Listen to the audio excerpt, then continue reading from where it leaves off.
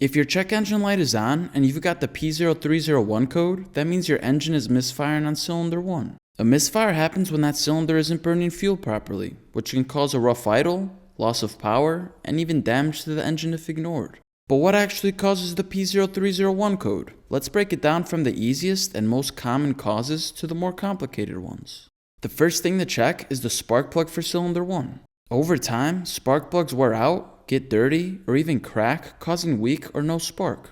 This leads to incomplete combustion and a misfire. Replacing the spark plug is an easy and cheap fix. If the spark plugs look fine, the next suspect is the ignition coil. A failing coil can cause weak spark or intermittent misfires. Try swapping the ignition coil from cylinder 1 to another cylinder. If the misfire moves, you found the problem. The next cause could be a clogged or faulty fuel injector on cylinder 1. This can prevent the right amount of fuel from reaching the cylinder, leading to a misfire. You may need to test the injector's resistance or clean it.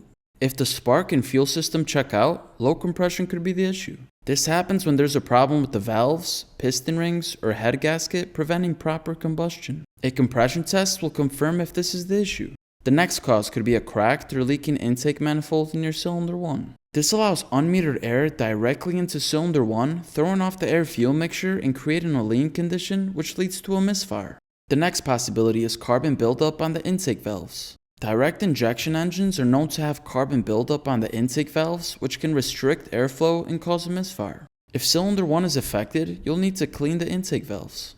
The last cause could be a bad ground connection specific to cylinder 1. A weak or corroded ground connection to the ignition coil or injector can cause misfires. If other electrical issues are happening along with the misfire, it's worth checking the ground wires. Now, if you've experienced P0301 and managed to fix it, share how you did it in the comments below.